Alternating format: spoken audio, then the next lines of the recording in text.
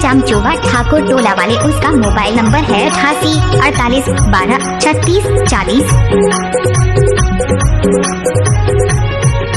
माया जान के बेला मोले माया के छैया, माया जान के बेला मोले माया के छैया, माया जान के आजा भाई हम दोनों मजा उड़ाबो,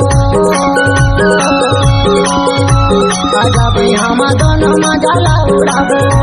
कुछ भरोसा जिंदगी के नहीं हाँ माया जान के बेला मिली हमके छैया, माया जान के बेला मिली हमके छैया, माया जान के।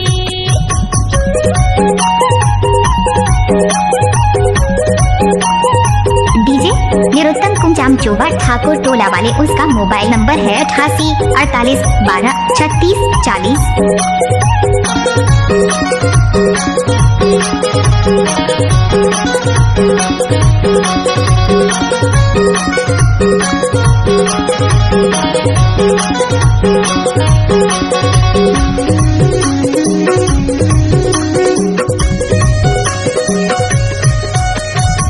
कर ले रंगेली गोरी माया से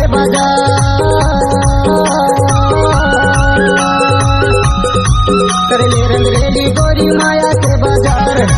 कोला से माया करबे चला है हजार, माया जान के बेला मोले माया के छैया, माया जान के बेला मोले माया के छैया, माया जान के।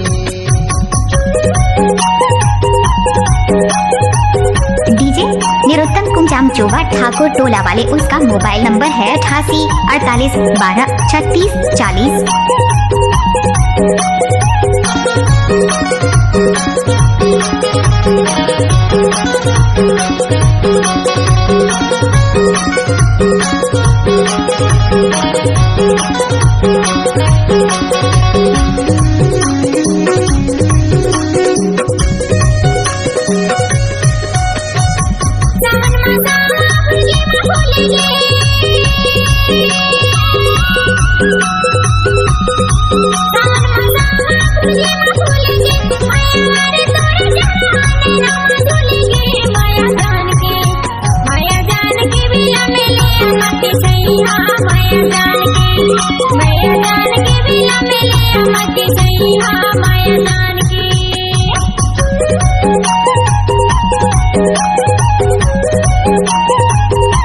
डीजे निरुत्तम कुंजाम चोवा ठाकुर टोला वाले। उसका मोबाइल नंबर है 88 48 12 36 40।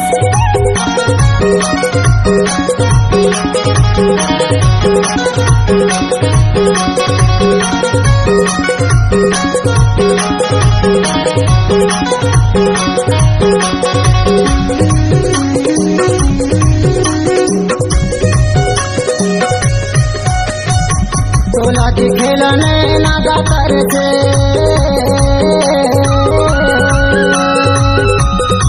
टोला दिखेला नैना गातर से।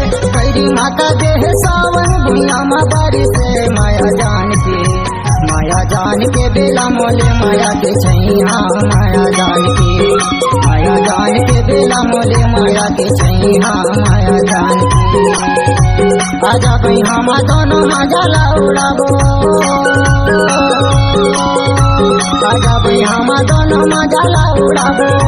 कुछ भरोसा जिंदगी के नहीं हाँ माया जान के बेला मिली हमके छैया, माया जान के बेला मिली हमके छैया, माया जान के बेला मोले माया के छैया, माया जान के। इलाका किसी का भी हो धमाका डीजे निरुत्तम कुंजाम चोवा वाले का ही होगा। माया जान के बेला मोले माया के छैया, माया जान के बेला मिली हमके छैया, माया जान